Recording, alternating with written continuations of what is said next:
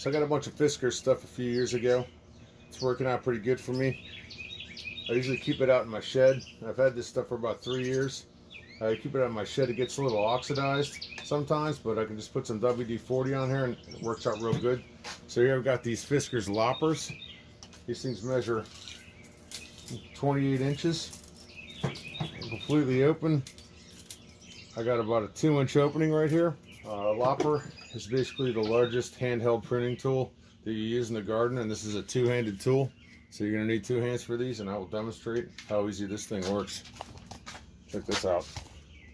So these loppers are good for brush, trees, bushes, rose bushes, pruning any kind of tree. I have fig trees. You could even get larger trees. This opening comes up to about 2 inches, like we said.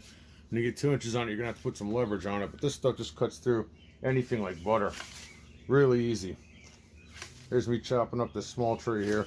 Small branch, it's already out. I mean, it's just super easy. Even down the larger end of this branch, just cuts through it like nothing. If you had a really super large branch on it, you might want to go at it with an angle, maybe.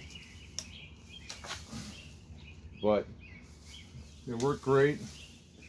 Super easy to use, probably for people of all sizes. The amount of leverage I can get on this and how easy it is to cut, imagine this would be great for senior citizens or anybody really. It's just one-handed here. Just cuts this stuff like it's nothing.